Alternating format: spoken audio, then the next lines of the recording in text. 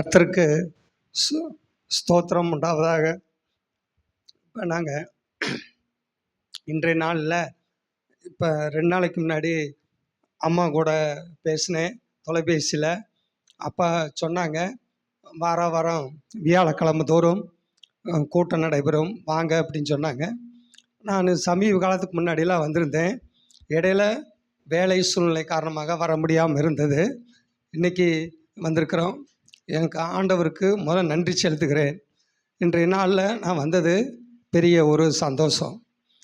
எனக்கு கடந்த காலத்தில் என்ன நடந்தது, அப்புறம் எனக்கு எப்படி கர்த்தரெல்லாம் எனக்கு சுகம் கொடுத்தாரு, அதை பற்றி சில வார்த்தைகளை சொல்ல நான் கடமைப்பட்டிருக்கிறேன். என்னுடைய பெயர் மாரியப்பன் ஜான்சன் வச்சுருக்கிறோம். நான் ஒரு அரசு அலுவலகத்தில் நான் பதவியில் வேலை பார்த்துட்டு இருந்தேன். எனக்கு இப்போ உயர் பதவி கொடுத்து ஒரு அதிகாரியாக என்னை பதவி உயர்வில் வச்சுருக்காரு. அதற்கு முதல்ல கர்த்தருக்கு நன்றி செலுத்துகிறேன். அது மட்டும் இல்லாமல் கடந்த காலத்தில் நான் ஒரு 4-5 மாதத்துக்கு முன்னாடி நான் ஆராதனையில் கலந்த போது வந்திருக்கும் பொழுது அப்போது என்னுடைய உடல்நிலை மிகவும் சிரமப்பட்டேன். நடக்கக்கூட முடியாது, என்னால் தூங்க முடியாது. அது மட்டும் இல்லாமல் ரொம்ப அவதிப்பட்டேன், சிரமப்பட்டேன். ஆனால் அதில் எனக்கு ஜெபம் பண்ணி எனக்கு நல்ல சுகத்தை கொடுத்து, நல்ல தூக்கத்தை கொடுத்து, நல்ல பிரிஸ்காக ஆக்டிவாக நான் வேலையெல்லாம் செஞ்சேன். அதுக்கப்புறம் நல்ல தொடர்ச்சியாக என் உடல் நல்ல சுகம் கொடுத்து நல்லா ஆக்டிவாக வேலை பார்த்தேன். அதுக்கு முன்னாடி சோர்வாக இருந்தேன். அப்புறம் ஒரு 2 வருடத்திற்கு முன்பாக எனது உடல்நிலை சரியில்லாமல் இருந்தது. அப்போது எனக்கு சொல்லி முடிச்சிடுறேன். அப்புறம் நான் டாக்டர்கிட்ட பார்த்து சுகமாகி இப்போ நல்லா இருக்குது. அது கர்த்தருக்கு எனக்கு ஸ்தோத்திரம் உண்டாவதாக. இந்த ஒரு பேசுங்க. 2023 ஈஸ்டர் அன்னைக்கு திடீர்னு இவருக்கு உடம்பு சரியில்லாமல் ஆயிடுச்சு. என்னன்னா, திடீர்னு பல்ஸ் எல்லாம் குறைஞ்சு, சுகர் ரொம்ப ஹையாகி, அமிலத்தன்மை ரொம்ப அதிகமாகி, திடீர்னு இருக்கிற இந்த மாதிரி மூச்சு பேச்சு எதுவுமே இல்லை. திடீர்னு டாக்டர்கிட்ட போனால் எல்லாமே குறைஞ்சிருச்சுமா, உன்னை காப்பாற்றுறது ரொம்ப கஷ்டம், கையெழுத்தெல்லாம் வாங்கிட்டாங்க டாக்டர். நீங்கள் 24 மணி நேரம் கழிச்சு தான் சொல்லணும் எதுவுமே அப்படின்னு சொல்லிட்டாங்க. நாங்கள் ஆண்டவரே, திடீர்னு இப்படி நல்லா இருந்தவர் திடீர்னு இப்படி இருக்கிறாரே அப்படின்னு சொல்லி நாங்கள் வீட்டில் ஃபுல்லாக ப்ரேயர் பண்ணிட்டு இருந்தோம். நைட்டு திடீர்னு ஏசப்பா ஒரு தரிசனத்தை காமிச்சார். என்னென்னா, இவர் சாகிற மாதிரி ஒரு தரிசனத்தை காமிச்சார்.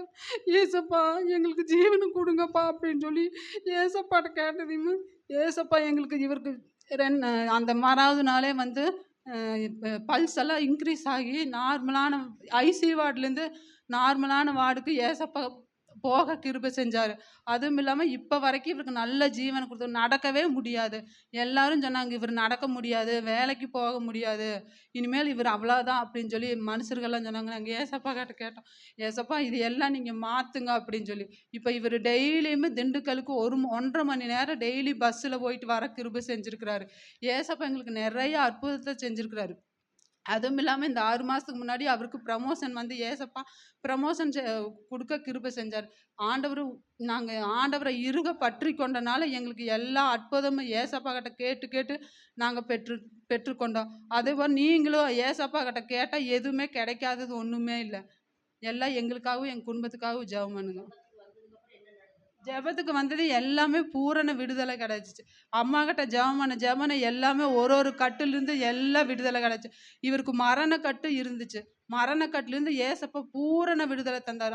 24 மணி நேரம் டைம் கொடுத்துருந்தாங்க டாக்டர். இவர் பொழைக்கிறதே ரொம்ப கஷ்டமா, சுகர் எல்லாம் ரொம்ப ஹையாகிருச்சு, பல்ஸ் எல்லாம் குறைஞ்சிருச்சு அப்படின்னு சொல்லி. இப்போ நாங்கள் இந்த அம்மா கிட்ட ப்ரேயர் பண்ணங்காட்டி மரணக்கட்டு இருந்துச்சு. மரணக்கட்டுலேருந்து ஆண்டவர் புதுசாக ஜீவனை மீட்டு கொடுத்து இப்போ எங்களை ஒரு குடும்பமாக சாட்சியாக வச்சிருக்கிறாரு. கர்த்தருடைய நாமத்துக்கு ஸ்தோத்திரம் உண்டாவதாக. இன்னொன்று, அம்மா சொன்ன மாதிரி இங்கே ஜெபம் பண்ணும் போதே என்னை மரணக்கட்டிலிருந்து விலக்கி என்னை புது மனிதராக உருவாக்கியிருக்காரு. இப்போ அது மட்டும் இல்லை, என்னுடைய பேர் ஜான்சன் மாரியப்பன். நான் அலுவலகத்தில் மாரியப்பன் வச்சுருக்கிறேன். எனக்கு ஒரு மனைவி, 2 குழந்தைகள் இருக்காங்க. அவங்க 2 பேரில் பெரிய பொண்ணு டிகிரி முடிச்சிட்டாங்க. பிகாம் முடித்து எம்சிஏ பண்ணி முடிச்சிட்டாங்க. சின்ன பொண்ணு பிஎஸ்சி பண்ணிகிட்ருக்காங்க இங்கே கோயம்புத்தூர் கற்பகம் காலேஜில். இப்போ நான் என்னுடைய துறை வந்து ஊரக வளர்ச்சித்துறை. நான் பஞ்சாயத்து யூனியன் ஆஃபீஸில் பிளாக் டெவலப்மெண்ட் ஆஃபீஸர் அப்படிங்கிற கேடரில் எனக்கு கர்த்தர் வந்து எனக்கு வாய்ப்பு கொடுத்துருக்காரு. இப்போ நான் அந்த பதவியில் வகித்து வந்து கொண்டிருக்கிறேன். இந்த சாட்சி சொன்னதுக்கு தருணத்தில் நான் நன்றி செலுத்துகிறேன். நன்றி.